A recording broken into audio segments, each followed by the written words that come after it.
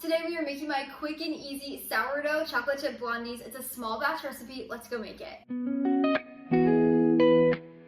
You'll want to preheat your oven to 350 degrees Fahrenheit before we get started. You can find my full written recipe link down in the description below. Just click that link, it'll take you over to the blog where you can print and save anytime. This recipe is irresistible. It's not only quick and simple and you can whip it up within 20 minutes, but it's also so delicious. If you love brownies, you're gonna love this recipe. To get started, you'll need a mixing bowl and a whisk. Like I said, it's really simple. We're just whisking. We're not using any electric mixers today. First, we'll add in 4 tablespoons of salted melted butter. Next, we'll add in 1/4 of a cup of light brown sugar that's been packed in here. Now, that just means that when you're scooping it, you're packing it down instead of it being loose in there. And I like to use a cane brown sugar. You can find that in most grocery stores. Next, we'll add in 1 egg, and then 3/4 of a teaspoon of pure vanilla extract. That adds so much flavor. 1/2 teaspoon of sea salt, or you could use regular salt. 1/2 cup of sourdough discard. Now, you could also use fed starter, but either works well.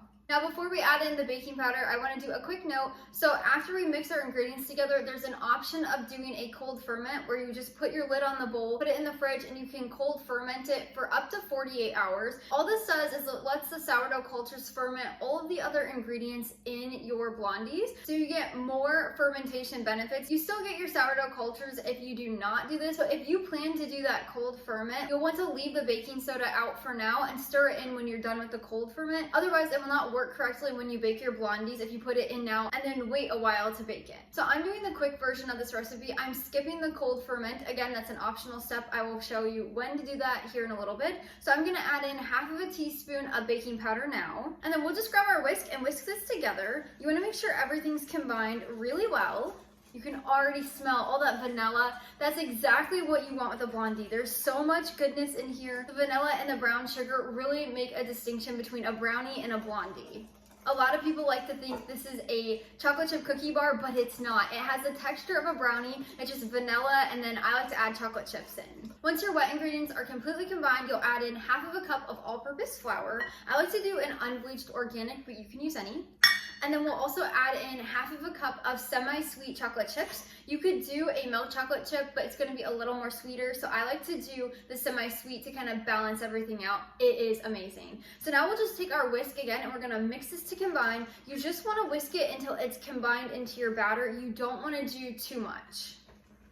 Just like that, it's already done. At this point, you can cover your mixing bowl with a parchment paper or an airtight lid and put it in your refrigerator for a cold ferment, a minimum of 12 hours up to 48 hours. Again, this is for adding more fermentation benefits. It allows the sourdough cultures to ferment all of the other ingredients. It also gives you a chance to prep this ahead of time, and that way you can just bake it when you're ready. If you choose to do that, when you pull it out of the fridge, add that 1/2 teaspoon of baking powder in, then just stir it in before you put it in your pan. Again, this step is completely optional. You do not have to do it. Now you'll want to grab a 9-inch cake pan. This is what makes this recipe so fun and easy. You can bake it in just a regular cake pan. I love doing this. It gives it a little bit of a fun twist. You want to make sure you have greased this already. So what I like to do is I like to butter it, and then I do flour, and then I tip it out, and as you can see, there's a coating. This is the perfect way to make sure they don't stick. It's the exact same way you would grease a cake pan if you're making a cake. Once your cake pan is prepared, you'll want to grab a spatula or a spoon, and then just pour your batter into here. It's kind of like a chocolate chip cookie dough that's a little bit soft. That's the texture we're going for. It's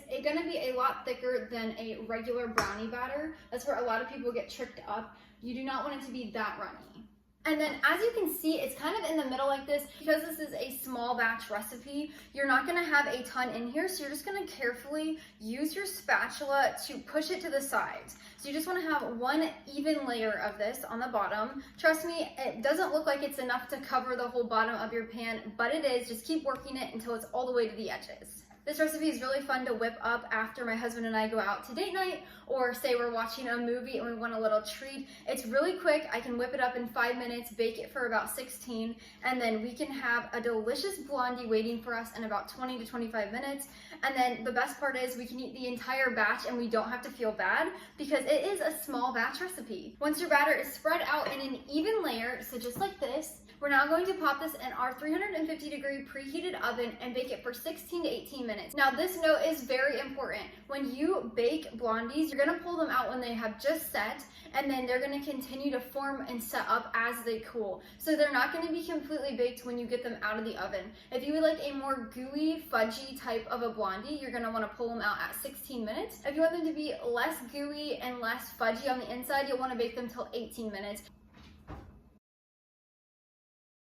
When your blondies come out of the oven, they should be set on top. They're gonna be a little bit gooier in the middle, but as they cool, they will set up and get that delicious blondie texture. So depending on how hungry you are, you can cut into these anywhere from 5 minutes to 15 minutes to 20, or you can let them cool completely down before cutting into them. I don't recommend cutting into them before 5 minutes, and just know the earlier you cut into them, the less set up they'll be, so just give them a little bit of time. If they seem a little undone, they just need to rest a little longer. It's been about 5 minutes. I'm hungry. I'm gonna cut into it. So you can just grab a butter knife, and what I like to do, I like to cut it like a Detroit style pizza. So you're just gonna cut down the middle, and then you're gonna do one cut on the side and one cut on the other side. So basically you're gonna make your circle cut into 4 strips. You can also cut this like a pizza if you prefer, but I like little bars. That's what the best part is about the small batch blondie recipe. You have little cute bar squares that are so good. So once you have it cut, I'll show you,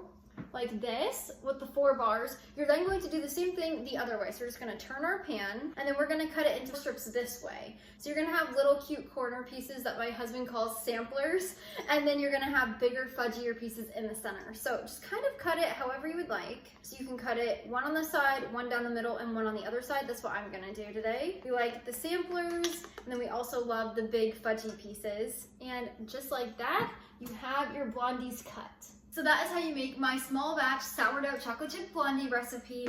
I'm gonna take one of the samplers to try. My husband's gonna be very jealous that I ate one of them, but we won't tell him. Oh my gosh. These have to be one of my favorite things. At 16 minutes baking in the oven, they have the perfect blondie texture. They're sweet, they're soft, they are so good. They have so much vanilla in them. You are gonna love this recipe. I remember when I was a little girl, I was probably 7 or 8 years old, and I was in the library with my mom, and I opened a cookbook because at that time I started reading cookbooks word for word, front to back. Like, I would sit and read cookbooks during the summer. And one particular recipe book I opened up standing there in the library, and I saw a blondie recipe. And I had no idea what they were. I love chocolate chip cookies, so I thought they were a chocolate chip cookie bar. But I saw that and I was like, Mom, we have to check this book out. So we checked the book out, went home, and made that blondie recipe. So every time I eat a blondie, I think of that memory, and it was just such a fun time with my mom. Thanks so much for joining me today. Make sure you hit that subscribe button if you enjoyed this video or found it helpful or learned something. Until next time, go bring life into your home through the kitchen.